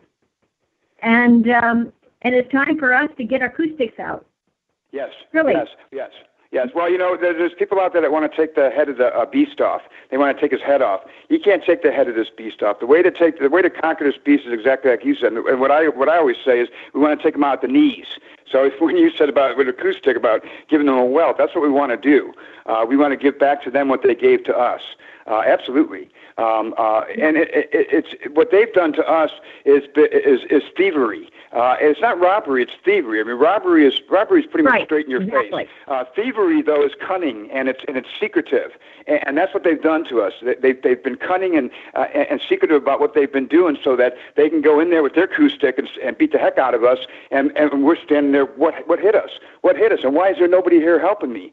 And that's what they've done. And that's what we've got to do back to them. So basically, we got to give back to them what they gave to us to unwind this thing. And then what's going to happen is you're reestablishing the traditions. Do you realize that? You're reestablishing the language and the traditions of counting coup, because it's all been one-sided. That's natural law, right? So anyway, you can get back to natural law. Right. Yeah, so that's why, the thing is that, a person like Ken could, go out there and lead the path, find the way, and then he can share the path. But it's up to each individual to do their own walk, because that's right. There's people that all the time they want to say, "What's the process? What's the process?" Well, for me, I can give anybody forms to do a process, but you can't do that. You have to. This is what I explain to people. You have to be able to look yourself in the mirror and admit to yourself that, oh my God, the last 20 years I've been lied to. I've been living a lie. They've lied to me. You got to be able to admit that to yourself, bundle it up in a ball, and throw that out and start all over again, and re-educate yourself, because that's what they've done to us. They've misled us down a path to nothingness, and we've missed this path that we need to be on to understand these things. You have to take the time to study this stuff. You have to re-educate yourself. You can't just come in there and say, "Oh, I want remedy, I want relief." You're not going to fail. You're going to fail. This is a whole new way of getting back. This is a whole new life. You're departing that life and coming into a new life the way it should be. Yeah, so the natural law responds as an energy. So it responds to us in the way that we come to it. That's one thing that, we could call it the law of attraction. So if we're still, stuck in the system and we haven't done our work, and then we want to seek remedies, probably all kinds of really negative things are going to come at us because we're not right with it inside first. Yeah, if you plant corn, you're not getting potatoes. Right. So yeah. You got to know when you plant that, that's what you're getting.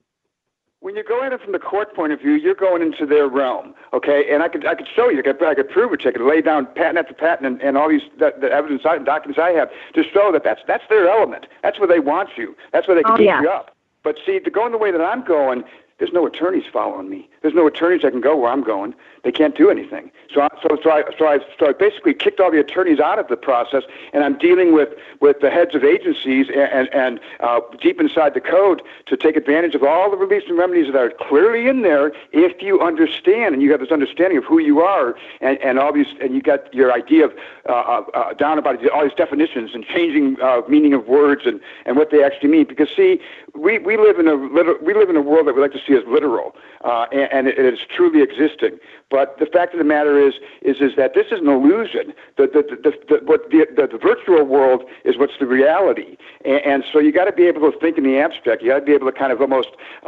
separate your body from your soul and kind of let it drift, because that's what they've done. If you can do that, and then you can think of all the the floating U's out there.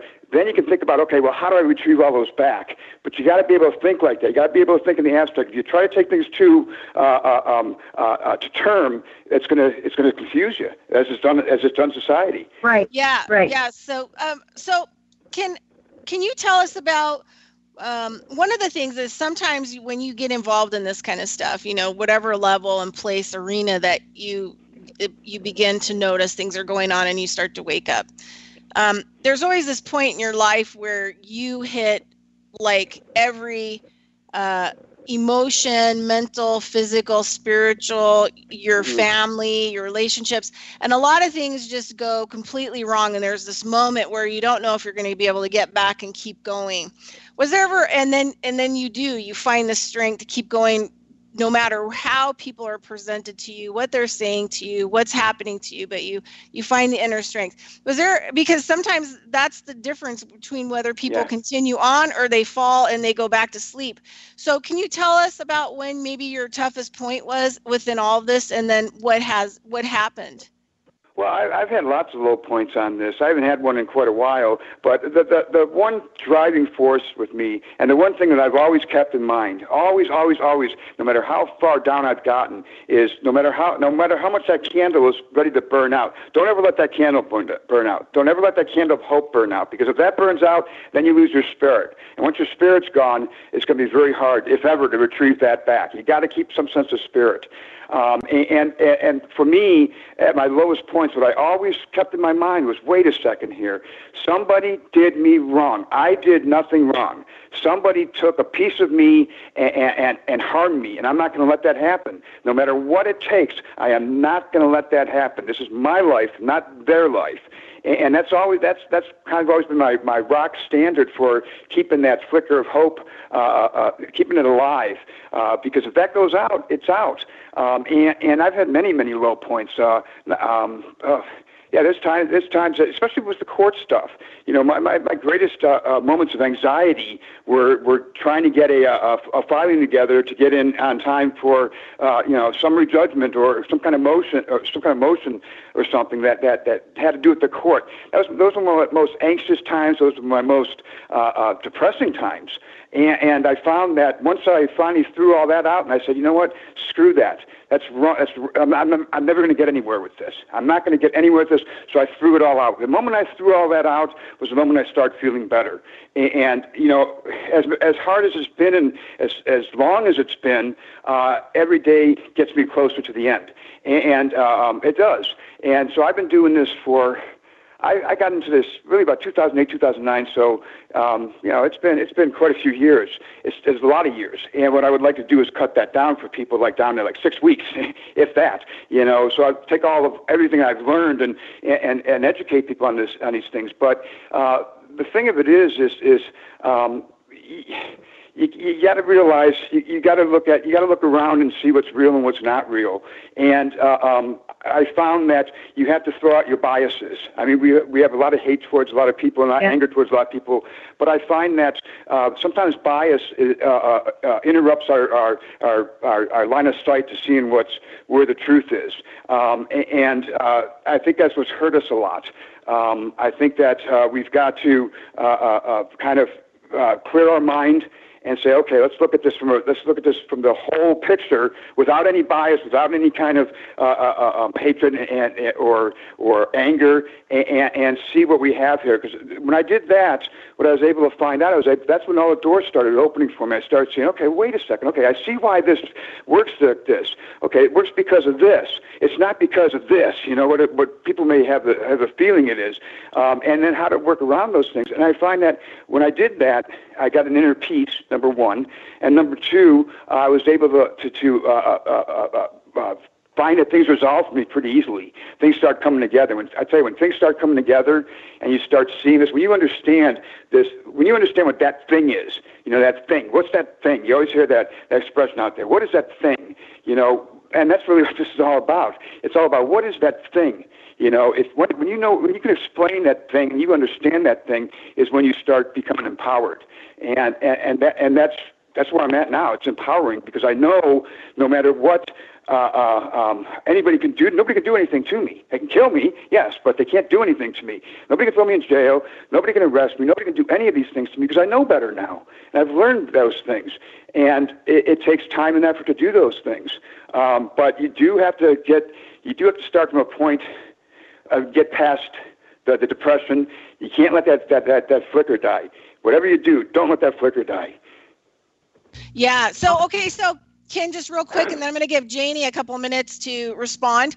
But we're coming into like the last, 12 minutes of the show. And so, Ken, I'm hoping to have you back on in September if possible. Like I got a date, September 8th, you can think about. So our listeners know when to listen back for Ken. So tell us where we can find you at, Ken. You can find me at Facebook page, Ken Dost, D-O-S-T. You can also find me at Facebook page, Mortgage Equals Copyright Derivative. And you can also find a blog page out there called Dostifications. Awesome. It's kind of like Dostifications. Dostifiexedactions.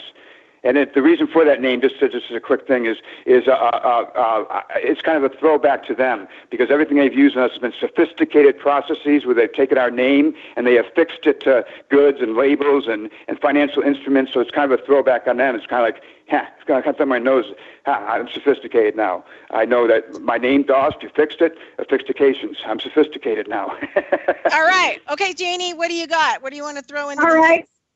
Yeah, really quick. I mean, years ago, I was looking for my family burial, because one of the things that when you meet other Native people is you communicate about where your burials are. Mm-hmm. Right. And so I was looking for my burials, and I found them in Dover, Arkansas, which John Ross's wife was buried there when the trail, she died on the trail, and that's where my family was buried. My father was born there.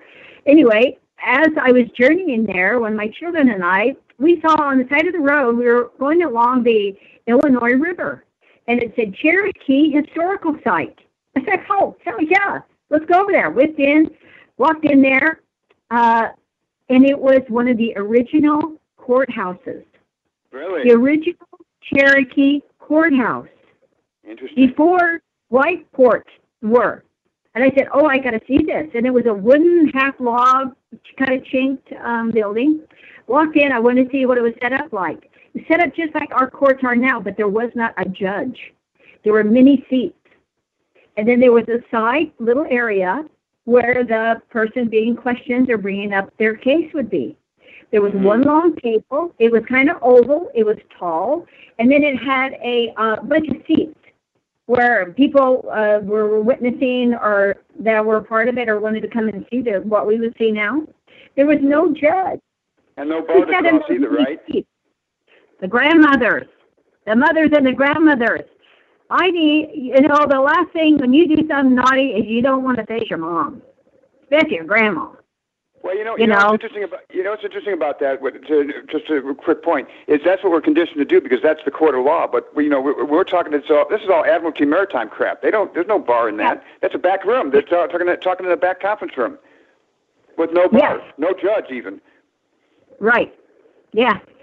This was you sat in front of your peers, and you discussed your grievances in front of the grandmothers. Mm-hmm. That's how it was set up. And we weren't given a seat at that table in the back room. We were given a seat. Well, it was one big. There was no back room. You entered it with one big oval-shaped room. Right. And I'm saying that's the difference between then and now. I mean, what you're talking about. Yeah, totally, yes. And it wasn't some big guy on a tall seat in a black robe, which is very intimidating. It was the grandmothers with their aprons and their little ties around their head. You know what I'm saying? So it was more real, but it struck me so profoundly is that you wanted to not be telling no tales because your grandmas are there, and they change your diapers. Right. They raise. So it's the mothers that everybody's afraid of. The fathers, no. The mothers, yeah. Yeah, that's right. Because you got to live with your mom. Elders. Yeah. Anyway, that's my last of my 2 cents, and this has been absolutely fascinating. I'm just thank you for the wake up, a little more wake up. It's just been wonderful. Very appreciative. Well, thank you for having me, and I know I dumped a lot of information out there, and it is confusing. So hopefully it wasn't too confusing. No, actually, I think it was good, because when it did start to kind of go over people's heads, there was this grounding that took place during the conversation. So I think probably some people knew it's going to be a little over, but I think that and the other thing too is like, do you want to? So one of the things that when I first had to start writing my own paperwork against the state and, these boards and all the stuff and these people threatening to arrest me, one of the things that was offered to me was an older Black Law dictionary. And I forget, they changed a lot of them, the newer ones. They're huge, but you can go up and look any word that they use in the legal system and find out what it means to them. And it may be the same word that you've used in your vocabulary, but the way that they use it in legal documents and how the legal documents are set up, it means something completely different. So if you really want to understand your legal paperwork, you can go look online, find yourself an old Black Laws dictionary. Ken, is there anything else that you would tell people where they can start kind of digging through stuff, maybe things that they're going to need, some tools and whatever else in order to navigate their way? Well, yeah, I would say it's a good eye opener. I mean, you got to spend a little time on this, but just play with it. Just play with this. Go on to the United States Patent and Trademarks Office, or do this. Let's make it easier for people. Just go on to Google search and then type in Google Patents. Okay, and then once you're in Google Patents, just type in Bank of America or mortgage or a territory even, and see what it comes up with. See what the patents come up with, what patents return, and start going through. You don't have to read all these patents because they're dry as hell and they're very difficult to understand, and they're boring as hell, but they're very, very important. Just open up a patent and read an abstract or two, and kind of just familiarize yourself with. Don't try to absorb it or try to learn it or try to understand it. Just kind of go through and play with it, and just kind of read the abstracts. Just kind of let it kick around in your mind for a while, and start to see the pieces fall into place. You start formulating questions in your mind, because what you're reading won't make sense to you. It'll seem like, wait a minute, this doesn't seem natural. Something's wrong here. But don't try to figure it out one day. Just play with it over the course of maybe an hour a day or something. And I would start there. And second place I would start with the USC and the CFRs. Again, very boring topics, but read them like it's a story, because it is a story. It's not it's a bunch of codes and a bunch of rules and regulations, but the whole thing is overall it tells a story. Follow the story. Look at it that way. Don't look at it as a set of codes and statutes. It's a story. Find out what the story is that they put us into a vessel and they put us out to sea, but we want to be back. We want to come back here because they put us into this industrial complex. Well, we don't want to be there. We want to be back on land, which is back in agriculture. And that's a story it tells. So if you look at it in that sense, things start to evolve and things start to make sense in your mind. It takes a while, but it does happen. It most certainly isn't as intimidating. Yes, it is very intimidating. I mean, that other stuff, when you hear it as a story, it's not as intimidating, because that other stuff, they've got us whacked so many times that we run from it. Exactly. Exactly. It's just a story. And if you're in court, get the hell out of court. Go other ways. Come this path, because you can't win in court. Unfortunately, you're banging your head against the wall. Right. Yes. Yeah, exactly. No, so anyway, we're going to be really excited to find out what happens and the path that you're macheteing for others to follow. And it is like macheteing a path through the jungle. Well, just to give a quick highlight where I'm at, I am in Treasury. I've got a lot of documents out there. As a matter of fact, I had a conversation with the Commissioner of Fiscal Services last week. It was only a 10-minute conversation, but the woman called me back, which is good. So these are all good things that have taken place. So over the next a couple of weeks, next month, there should be a lot of exciting news coming out. We could finally have a path paved. Well, we really thank you. We, in this day and age, it's taking the people who are macheting the path, but the thing is because I don't know, I was thinking about this, the natural path, our natural way, was taken away and it was replaced. Janie's not so much as other people, there's our family histories, are different, but in some cases similar, but we were taught a lot of this stuff when we were younger. So for us, it's probably easier for us to wrap our heads around different arenas of, living naturally or living with natural law. But it takes, once you realize like you're forced onto a path, and usually, when you become an adult, even if you are in a awake family, you end up losing your way for a while until some event happens that kind of like, knocks you to the side of the road, and you can realize like you're on the right path. But then you keep going down the path looking for exits, looking for another path, and there are none. So sometimes you have to take that path. You just have to say, okay, right now I'm going to cut through the jungle. Right now I have a feeling this is the way I need to go, but oh my God, it's a jungle. I have no idea what's going to eat me in there. Everybody, you hear the word rabbit trails. I don't believe in rabbit trails. Rabbit trails have dead ends. And what this is a bunch of spider webs, but the spider webs are all within a circle. So everything goes back in that circle. Everything connects in this stuff. There are no rabbit trails. The only rabbit trails are the ones when you go down, when you chase the court. That's the only rabbit trails, because those do go nowhere. Right. Oh, so that is great. I like that. I know, he said the circle. Yes. Great at the end. Yes. Thank you. Oh, super good. All right. So anyway, Ken Dost, thank you so much for coming back on, and think about September 8th and what you're going to have going on. And we'd love to have you come back on for a second round and talk to us about things you've learned. Great. I'm going to book you for September 8th so people know that they can come back, put that on their calendar, and they'll know when to come back and listen to Ken. He's given you all the information about where to find him. You can find Jannie on Facebook at Bloom Where You're Planted, and you can find me on Facebook, Bridgette Lynn Dolgoff, and you can also go to the Revolution Radio, freedomslips.com website. You can go to this Studio A and find our show 1 p.m. Eastern Standard Time and see what we have to offer on there. Plus, we have a new mechanism for fundraising on the website, which is our advertisements. So please click on our advertisements to actually help the show gain revenue.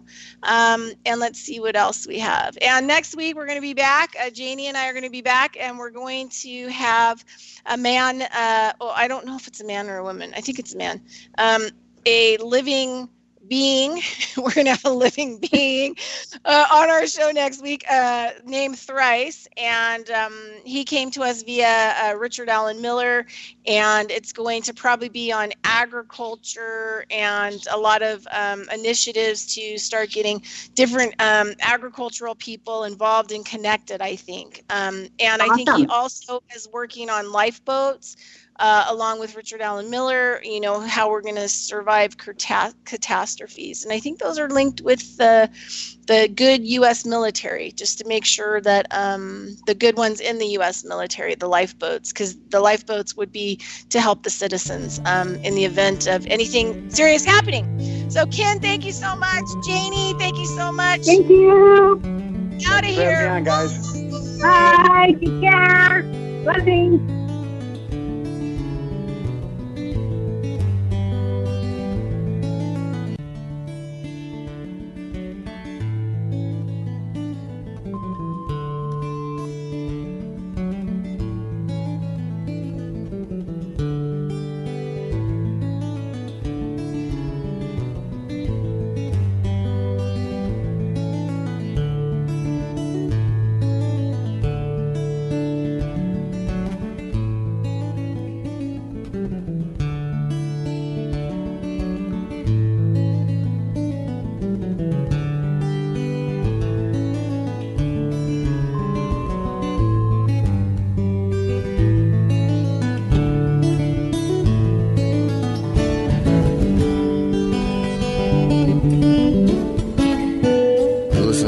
Radio at freedomslips.com, and we'll be right back after this message.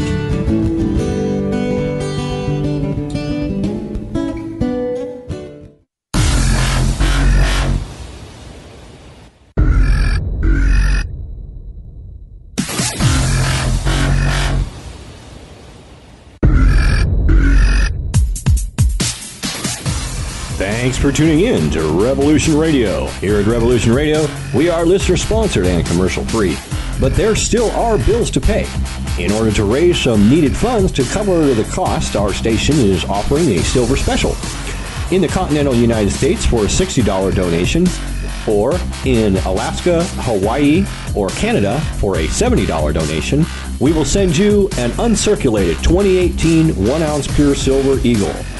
The $70 donation, the extra 10 is to cover shipping, by the way, outside of the continental United States. When making the donation, you must put Silver Eagle promo in the notes on the donation. And thank you for tuning in to Revolution Radio at revolution.radio and freedomslips.com. Without you, there is no us. Revolution Radio, where information never sleeps. This is the people's war. It is our war. We are the fighters. Fight it then. Fight it with all that is in us. And may God defend the right. Warning! Warning! We gotta stop them! They're gonna kill us all! See how the trouble you've started? Be they the government, be they industry, be they organized labor, be they anyone, or human beings. Time when the operation of the machine becomes so odious, makes you so sick at heart that you can't take part. You can't even passively take part. And you've got to put your bodies upon the gears and upon the wheels, upon the levers, upon all the apparatus, and you've got to make it stop. And you've got to indicate to the people who run it, to the people who own it, that unless you're free, the machine will be prevented from working at all. Revolution Radio at freedomslips.com, the #1 listener-supported talk radio station, throwing ourselves upon the gears of the machine. Revolution Radio, where information never sleeps. You called down the thunder, well now you got it. Right! You tell them I'm coming! And hell's coming with me, you hear? Hell's coming with me! Revolution Radio!